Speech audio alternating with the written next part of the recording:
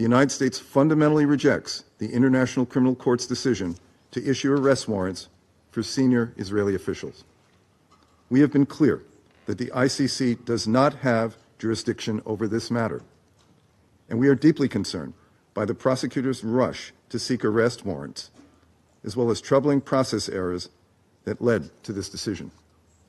Moreover, this decision does not make the pursuit of peace any easier. The representative of Algeria has asked for the floor to make a further statement. I give them the floor. Thank you, Madam President. I asked for the floor to respond to some allegations that I will not even stoop down as low to respond to.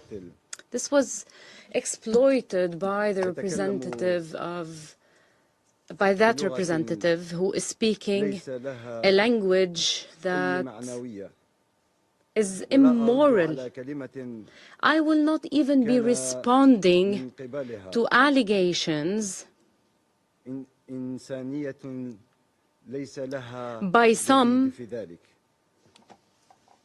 that are not even humane.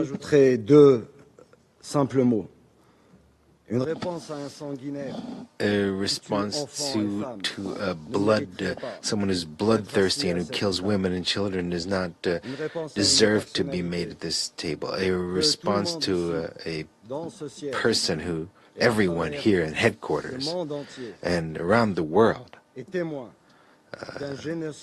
is witnessing a genocide perpetrated against a population that is defenseless and that continues to hold fast to the hope of international intervention, and certainly does not deserve to have a voice here at the table. And they deserve to have a voice at this table and as an independent state in the United Nations. Thank you. I thank the representative of Algeria for their statement. Colleagues, can I just remind that this is an official meeting of the Security Council and all participants are expected to observe appropriate standards of tone and conduct. The permanent observer of the Observer State of Palestine has asked for the floor to make a further statement. I give him the floor. I'm terribly sorry, Madam President, for taking the floor again. But I think a representative of an occupying power that has his government and his army killed more than 44,000 Palestinian civilians and possibly 10,000 more under the rubbles, and injured more than 100,000 Palestinian civilians, most of them are women and children. Does he really has the credentials or the credibility to speak about the Palestinian people and his concerns about them? He represents a government, the head of it is a war criminal in which a warrant of arrest by a very important court, global court, the ICC, has issued that warrant of arrest for him.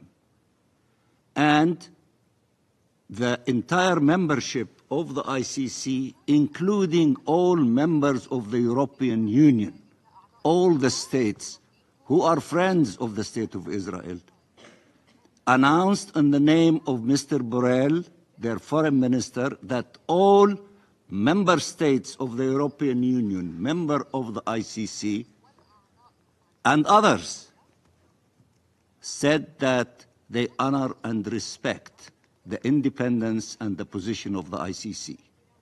And even today, the 15 members of the Security Council, the representative of the occupying authority, the representative of those who committing genocide, was not listening to any one of you, because all of them, they said to you, stop the crimes, stop the killing, stop the starvation, send assistance to the Palestinian people in Gaza, including in northern Gaza. Don't stop the humanitarians from conducting their business. You don't listen.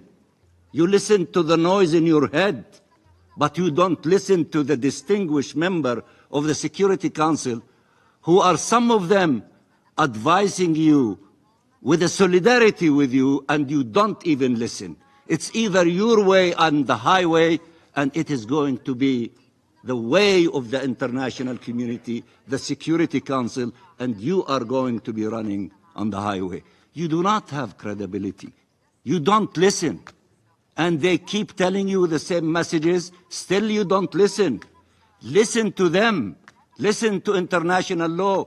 Listen to what the UN stands for. Don't try to change things and to tailor a system which is a system completely in contradiction with what we all agree to. That will never happen. Wake up. Listen to the international community. Listen to justice. Listen to fairness. Listen to the people who want their hostages to be released, not to be killed on daily basis. Ceasefire. Ceasefire now. Hundreds of millions of people are saying that in all corners of the globe. Listen to them, including in Israel, including Jews in the United States of America and their youth in universities and colleges. They're telling you ceasefire, ceasefire now. This is how the hostages will be released. You're not listening to anyone. You're listening to extremism, to fanaticism, to the extremists in your government, to the extremists in your society, and therefore you are perpetuating this war. And we will, all of us, led by international law, succeed in either making you listen and understand or forcing you to listen, as all people like you in the past were forced to listen to the will of the people in all corners of the globe and international law and the Security Council. Thank you, Madam President. I thank the permanent observer of the Observer State of Palestine for his statement. I reiterate to all participating delegations the importance of maintaining decorum in the chamber. The representative of Israel has asked for the floor to make a further statement. I give them the floor. Thank you, Madam President. In my speech, I used the facts. Mr. Mansour, you are an expert of blaming Israel. We don't have to come to your event tomorrow. For 77 years in this organization, you always said no, and you blame Israel for everything. What I'm trying to offer you is future, to discuss future for Palestinians in Gaza. But in order for that to happen, you have to say no, not to Israel, to say no to Hamas. Once you will have the courage and the ability to say no to Hamas, no to terrorism, you can speak about future for Gaza, you can speak about future of the Palestinians. That's what I'm saying. I'm not taking your position, but I'm telling you that if you want to move forward, you have to say no to Hamas and yes for cooperation. If you want to play the blame game, you became an expert on that. You will continue to do it tomorrow. But look what you did in the last 77 years since Israel was established, and you rejected the petition plan here at the UN. Look what you did personally in the last 20 years that you are sitting here, that you always said no and blamed Israel. Think about the future of the Palestinians. Thank you very much. I thank the representative of Israel for their statement. The representative of the permanent observer of the Observer State of Palestine has asked for the floor to make a further statement. Can I reassure you we have listened closely to your views, and in the interest of time, I will give you the floor one final time to conclude your remarks. Thank you. I thank you very much, and I apologize for taking the floor. I challenge the ambassador of Israel. I accept Security Council resolution. I accept General Assembly resolution. We recognize the State of Israel. You are not recognizing the State of Palestine. On these bases, on the basis of international law, on the basis of the Charter, I am willing and eager to chart a path, positive path for peace. You are the one who is refusing all these things. It's not us. Our president came to this Security Council and said many times, I am ready to negotiate the end of occupation. I am ready to negotiate peace and two-state solution living next to each other. It was always you and your government, the rejectionist, refusing to open doors for peace. You want from us to be negated. Your Knesset legislated that only Jews have the right to exercise self-determination between the river and to the sea. You completely ignored us, and you were trying to say that you are for peace and I am against peace. I accept the judgment and the position of all of my colleagues. When we go peacefully and legally and in a very sophisticated way to the General Assembly, asking them, do we deserve the right to self-determination?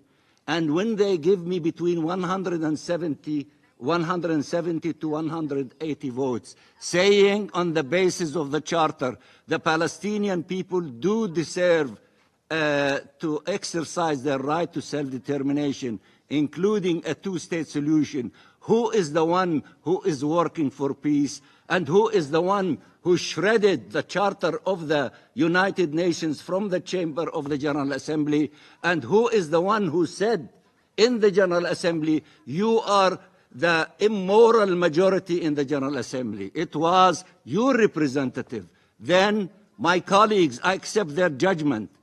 If we go for a voting among our colleagues, our peers, who is working for peace and who is working for the killing of the Palestinian people as we see it in the Gaza Strip, I think the answer is obvious, but you will not accept the judgment of our colleagues. You want to impose on us your judgment, which is not accepted by anyone, and that's why you are isolated, and you're still insisting to change that reality by distorting the situation, trying to accuse a person who is working all of his life for peace and trying to say that you are working for peace and not the representative of the state of Palestine. That's why I'm telling you, wake up. Listen to those. Many of them are your friends. In the General Assembly, many of them are your friends. They're telling you what you're doing is wrong. Change your behavior, change your policies so that we can have peace, so that we can end this illegal occupation and have a two-state solution. And I will not speak anymore, Madam President, now. Thank you for your patience and all of my colleagues. Thank you. I thank the permanent observer of the Observer State of Palestine for his statement. Do you want to watch more videos like this one? If yes, subscribe to our channel and press the bell icon next to it. We have decided to bring videos on something nobody talks about: African politics, economy, and increasing power. Thanks for watching, and until the next video, stay tuned. Tell us what you think in the comment section. Like and share the video, and subscribe so that you don't miss any of our African videos. It's the best way to support us.